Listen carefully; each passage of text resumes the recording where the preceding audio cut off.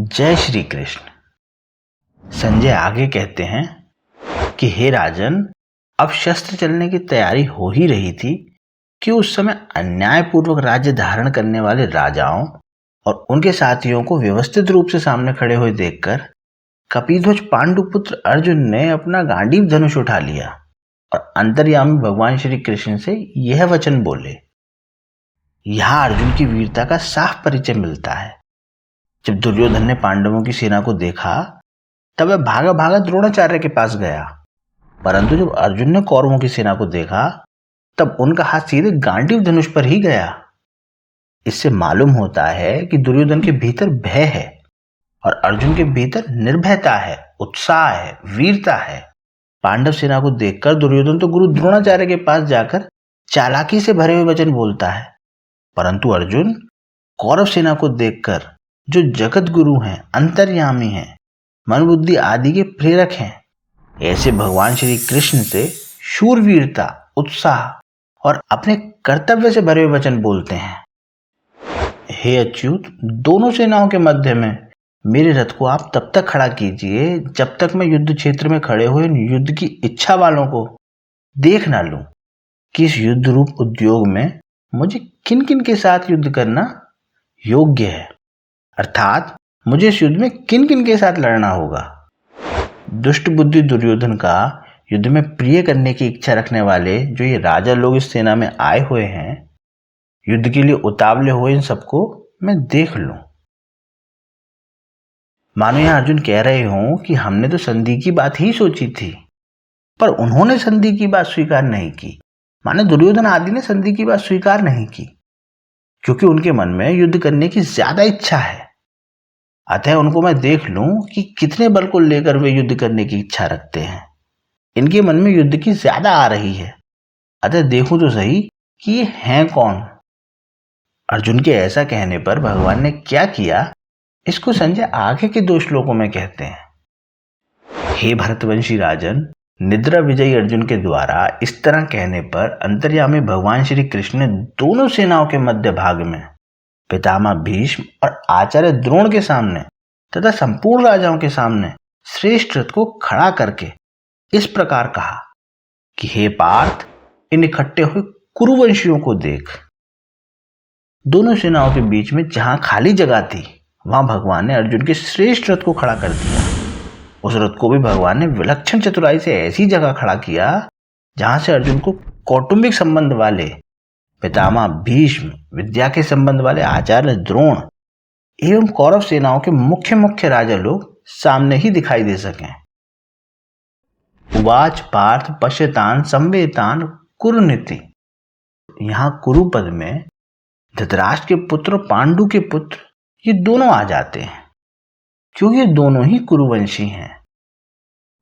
युद्ध के लिए एकत्र हुए इन कुरुवंशियों को देख।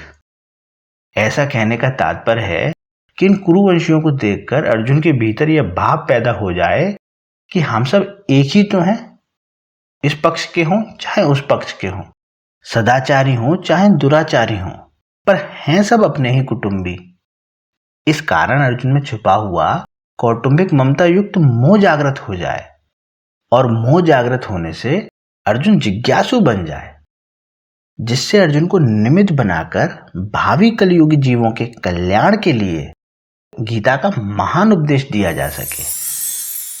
इसी भाव से भगवान ने यहां पश्यतान संवेतान कुरुन कहा है, नहीं तो भगवान पश्यतान धृतराष्ट्रान समानिति ऐसा भी कह सकते थे, परंतु ऐसा कहने से अर्जुन के भीतर युद्ध करने का जोश आता, जिससे गीता जी के प्रकाट्य का अवसर ही नहीं आता और अर्जुन के भीतर छुपा हुआ कौटुंबिक मोह भी दूर नहीं होता, जिसको दूर करना भगवान अपनी जिम्मेदारी मानते हैं। जैसे कोई फोड़ा हो जाता है तो वैद्य लोग पहले उसको पकाने की चेष्टा करते हैं और जब वो पक जाता है तो उसे चीरा देकर साफ कर देते हैं। ऐसे ही भगवान भक्त के भीतर छुपे हुए मोह को पहले जागृत करते हैं, फिर उसे मिटाते हैं। यहां भी भगवान अर्जुन के भीतर छुपे हुए मोह को कुरुन पश्य कहकर जागृत कर रहे हैं, जिसको आगे उपदेश देकर नष्ट कर देंगे। अर्जुन ने कहा था कि इनको मैं देख लूं, अतः यहाँ भगवान को पश्य, तू देख ले, ऐसा कहने की जरूरत ही नहीं थी। भगवान को तो केवल रथ खड़ा कर देना चाहिए था, परंतु भगवान ने रथ खड़ा करके अर्जुन के मोह को जागृत करने के लिए ही कुरुन पश्य, इन कुरुवंशियों को देख, ऐसा कहा। पिछले श्लोक में भगवान ने अर्जुन से कुरुवंशियों को देखने के लिए कहा। उसके बाद क्या हुआ इसका वर्णन संजय आगे के श्लोकों में करते हैं। उसके बाद प्रथानंदन अर्जुन ने उन दोनों ही सेनाओं में स्थित पिताओं को, पितामहों को, आचार्यों को, मामाओं को, भाइयों को, पुत्रों को, पौत्रों को तथा मित्रों को, ससुरों को और सज्जनों को भी देखा। जब भगवान ने अर्जुन से कहा इस रणभूमि में इकट्ठे हुए कुरुवंशियों को देख, तब अर्जुन की दृष्टि दोनों सेनाओं में स्थित अपने कुटुंबियों पर गई। उन्होंने देखा कि उन सेनाओं में युद्ध के लिए अपने अपने स्थान पर भूरिश्रवा आदि पिता के भाई खड़े हैं, जो कि मेरे लिए पिता के समान हैं। भीष्म, सोमदत्त आदि पितामह खड़े हैं, माने दादा खड़े हैं। द्रोण, कृप आदि आचार्य खड़े हैं। पुरजित, कुंती भोज, शल्य, शकुनी आदि मामा खड़े हैं। भीम, दुर्योधन आदि भाई खड़े हैं। अभिमन्यु, घटोत्कच, लक्ष्मण आदि मेरे और मेरे भाइयों के पुत्र खड़े हैं। लक्ष्मण आदि के पुत्र खड़े हैं, जो कि मेरे पौत्र हैं। दुर्योधन के अश्वत्थामा, कर्ण आदि मित्र खड़े हैं, और ऐसे ही अपने पक्ष के मित्र भी खड़े हैं। द्रुपद, शैब्य आदि ससुर खड़े हैं। बिना किसी हेतु के अपने अपने पक्ष का हित चाहने वाले सात्विकी, कृतवर्मा आदि सज्जन भी खड़े हैं। इसके बाद संजय बताते हैं, अपनी अपनी जगह स्थित उन संपूर्ण बांधवों को देखकर वे कुंती नंदन अर्जुन अत्यंत कायरता से युक्त होकर विषाद करते हुए ऐसा बोले। कुछ समय पहले अर्जुन वीरता से भरे हुए थे, अपना गांडीव धनुष उठाते हैं और भगवान श्री कृष्ण से कहते हैं, हे अच्युत, मेरा रथ युद्ध के बीचों बीच खड़ा कर दीजिए, जरा देखूं तो सही मुझे किन किन से युद्ध करना है। वे ही कुंती नंदन अर्जुन अत्यंत कायरता से युक्त हो जाते हैं।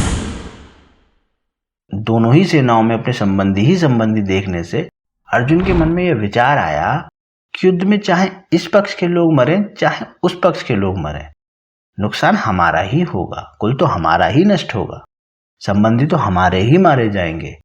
ऐसा विचार आने से अर्जुन की युद्ध की इच्छा तो मिट गई और भीतर में कायरता आ गई। इसको लेकर अर्जुन बहुत दुखी हो गए, और इस अवस्था में वो जो वचन बोलते हैं उनका वर्णन आगे के श्लोकों में किया गया है। जय श्री कृष्ण।